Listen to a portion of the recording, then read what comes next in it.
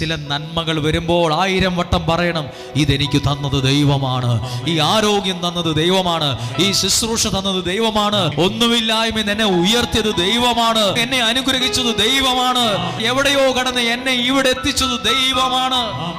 എന്നാണോ ഇതൊരാൾ മറക്കുന്നത്, അന്ന് അയാൾ തോൽക്കാൻ തുടങ്ങും. എന്നാണോ ഇത് ഞാൻ വലിയ പുള്ളിയാണ്, എൻ്റെ കഴിവാ, എൻ്റെ ഭാഗ്യവാ എന്ന് കരുതുന്നിടത്താണ് ഒരാൾ പതുക്കെ തോക്കാൻ തുടങ്ങുന്നത്. എന്നൊക്കെയാണോ ദൈവത്തെ ഉയർത്തുന്നത്, അന്ന് മുതൽ അയാൾക്ക് വേണ്ടതൊക്കെയും ദൈവം കൊടുത്ത് അനുഗ്രഹിക്കാൻ തുടങ്ങും. യേശു ഒരു വള്ളത്തിലോട്ട് കയറിയില്ലേ? യേശു ഒരു വള്ളത്തിലേക്ക് കയറിയപ്പം അവിടെ അവർക്കുണ്ടായത് നേട്ടമാണ്, നഷ്ടമല്ല.